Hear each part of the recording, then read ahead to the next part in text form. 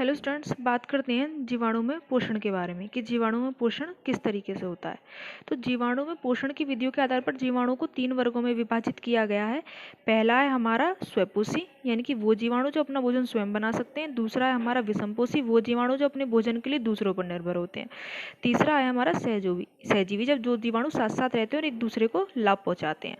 ठीक है। अब स्वयंपोषी जीवाणु क्या होते हैं कि यानी कि वे जीवाणु जो प्रकाश ऊर्जा तथा रासायनिक ऊर्जा का उपयोग करके अपना भोजन स्वयं बनाते हैं। ठीक है। उसके बाद क्या करते हैं कि जो जीवाणु होते हैं स्वयंपोषी, ये 2 वर्गों में रखे गए हैं। पहला होता है हमारा प्रकाश संश्लेषी जीवाणु, दूसरा हमारा रसायन संश्लेषी जीवाणु। जो प्रकाश संश्लेषी जीवाणु है ये क्या करते हैं कि ये जीवाणु जो प्रकाश संश्लेषी क्रिया द्वारा अपना भोजन बनाते हैं। ठीक है। इन जीवाणुओं में क्लोरोफिल से मिलते जुलते वर्णक पाए जाते हैं। फर्स्ट आता है हमारा बैंगनी व लाल जीवाणु, जो बैक्टीरिया में परप्यूरिन और बैक्टीरियो क्लोरोफिल वर्णक पाया जाता है। यानी कि ये भी 2 वर्गों में विभाजित किए गए हैं। पहला प्रकाश संश्लेषी अकार्बनिक पोषक जीवाणु, दूसरा प्रकाश संश्लेषी कार्बनिक पोषक जीवाणु। अब आता है कि हमारे प्रकाश संश्लेषी अकार्बनिक पोषक जीवाणु क्या होते हैं। वे जीवाणु जो प्रकाश संश्लेषण की उपस्थिति में अकार्बनिक पोषक पदार्थ द्वारा अपना भोजन स्वयं बनाते हैं। ठीक है। अब आते हैं इसमें कि जो प्रकाश संश्लेषी अकार्बनिक पोषक जीवाणु है वो कितने टाइप के होते हैं। फर्स्ट होता है इसमें हरे गंधक जीवाणु। ठीक है। हरे गंधक जीवाणु क्या होते हैं, इन जीवाणु में क्लोरोबियम क्लोरोफिल नामक वर्णक मिलता है और इनकी सहायता से प्रकाश ऊर्जा द्वारा कार्बन डाइऑक्साइड का हाइड्रोजन सल्फाइड की उपस्थिति में ऑक्सीकरण करते हैं। यानी कि carbon dioxide plus hydrogen sulphide gives C6H12O6 यानी glucose plus 12H2O plus 12 sulphur इसमें रिलीज हो गया। इसका एग्जाम्पल है क्लोरोबियम जीवाणु। ठीक है। उसके बाद आते हैं हमारे बैंगनी गंधक जीवाणु कि हमारे बैंगनी गंधक जीवाणु क्या होते हैं। इन जीवाणुओं में जो बैक्टीरिया होता है, बैक्टीरियो क्लोरोफिल नामक वर्णक पाया जाता है और इसका एग्जाम्पल है क्रोमेटियम। ठीक है। अब आते हैं हमारे प्रकाश संश्लेषी कार्बनिक पोषक जीवाणु। ये क्या होते हैं, ये वे जीवाणु होते हैं जो प्रकाश संश्लेषण की उपस्थिति में कार्बनिक पोषक पदार्थ द्वारा अपना भोजन स्वयं बनाते हैं। यानी कि वे जीवाणु जो प्रकाश संश्लेषण की उपस्थिति में कार्बनिक पोषक पदार्थ द्वारा अपना भोजन स्वयं बना लेंगे। उसके बाद आते हैं हमारे बैंगनी गैरगंधक जीवाणु। अब बैंगनी गैरगंधक जीवाणु क्या होते हैं हमारे, ये वे जीवाणु होते हैं जो अल्कोहल तथा अन्य कार्बनिक तत्वों से अपना भोजन बनाते हैं। इसके एग्जाम्पल है रोडोस्पाइरलम और रोडियो सूडोमोनास। ठीक है। इसके बाद आते हैं हमारे रसायन संश्लेषी जीवाणु। ये रसायन संश्लेषी क्या होते हैं, ये वे जीवाणु होते हैं जो कार्बनिक तथा अकार्बनिक पदार्थों के ऑक्सीकरण से प्राप्त ऊर्जा, यानी कि कार्बनिक भी आएंगे और अकार्बनिक आएंगे, इन पदार्थों का ऑक्सीकरण करते हैं। ये उससे प्राप्त ऊर्जा का उपयोग करके अपने भोजन निर्माण में उसकी हेल्प लेते हैं और इन्हें प्रकाशिकीय किसी वर्णक की आवश्यकता नहीं होती। उसके बाद आते हैं रासायनिक अकार्बनिक पोषक जीवाणु और दूसरे रासायनिक कार्बनिक पोषक जीवाणु। ठीक है। अब क्या आता है, जो रासायनिक अकार्बनिक पोषक जीवाणु, इनमें क्या होता है कि ये अकार्बनिक पदार्थों के ऑक्सीकरण से उत्पन्न ऊर्जा का उपयोग करते हैं। यानी कि जो अकार्बनिक पदार्थ होंगे उसमें जो ऑक्सीकरण होगा उससे उत्पन्न ऊर्जा का ये यूज करते हैं। इसका एग्जाम्पल है नाइट्रिकारक जीवाणु। नाइट्रिकारक जीवाणु क्या होते हैं कि नाइट्रोसोमोनास अमोनिया को ऑक्सीकृत करके ऊर्जा प्राप्त करता है। यानी कि जो नाइट्रोसोमोनास है, नाइट्रोसोमोनास अमोनिया को ये ऑक्सीकृत करता है, फिर ये उसकी हेल्प लेकर उससे जो एनर्जी होता है उसको ले लेता है। जैसे कि 2NH3 ammonia plus 3O2 oxygen gives NO2 nitrite plus hydrogen plus 2H2O plus energy इसने क्या कर ली, प्राप्त कर ली। ठीक है। उसके बाद आते हैं नाइट्रोबैक्टर जीवाणु। अब नाइट्रोबैक्टर जीवाणु क्या होते हैं, ये नाइट्राइट को नाइट्रेट में परिवर्तित कर देते हैं।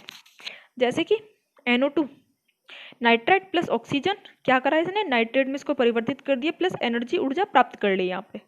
ठीक है। अब आते हैं रासायनिक कार्बनिक पोषक जीवाणु।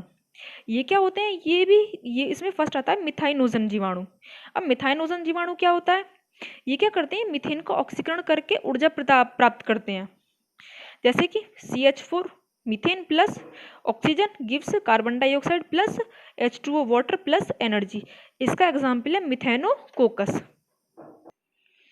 अब आते हैं हमारे विषमपोषी जीवाणु, यानी कि स्वयंपोषी के बारे में पढ़ लिया। अब आते हैं हमारे विषमपोषी जीवाणु। ये क्या होते हैं, वे जीवाणु जो होते हैं जो अपने भोजन के लिए दूसरे जीवों पर निर्भर रहते हैं या फिर मृतसड़े गलों से अपना भोजन प्राप्त करते हैं। जैसे कि इसका एग्जाम्पल है स्ट्रेप्टोकोकस। स्ट्रेप्टोकोकस जो ये बैक्टीरिया है, इसमें क्या होता है, ये लंग्स में पाया जाता है मनुष्य की, और उससे क्या करते हैं, उसे नमोनिया रोग होता है। दूसरा होता है हमारा इकोलाई। इकोलाई क्या होता है, मनुष्य की आंत में पाया जाता है और इससे टाइफाइड रोग होता है। ठीक है। उसके बाद आते हैं हमारे सहजीवी जीवाणु। अब सहजीवी जीवाणु क्या होते हैं, यानी कि सहजीवी के बारे में हमने बात करी थी, जब दो जीवाणु एक साथ होते हैं और एक दूसरे को लाभ पहुंचाते हैं। जैसे कि राइजोबियम जीवाणु जो होता है दलहनी पौधों की फसलों में पाया जाता है। ये फसलें जो होती हैं इसको रहने की जगह देती हैं और ये उनको लाभ देता है।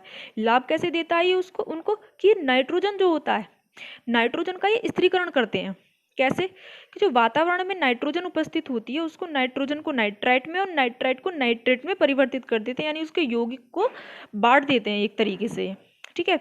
उसके बाद आता है जीवाणुओं में जनन, कि जीवाणुओं में जनन कैसे होता है। तो जीवाणु में कायिक वेजिटेटिव या वर्धी जनन पाया जाता है और इनमें अलैंगिक जनन भी होता है। जीवाणु में लैंगिक जनन नहीं होता।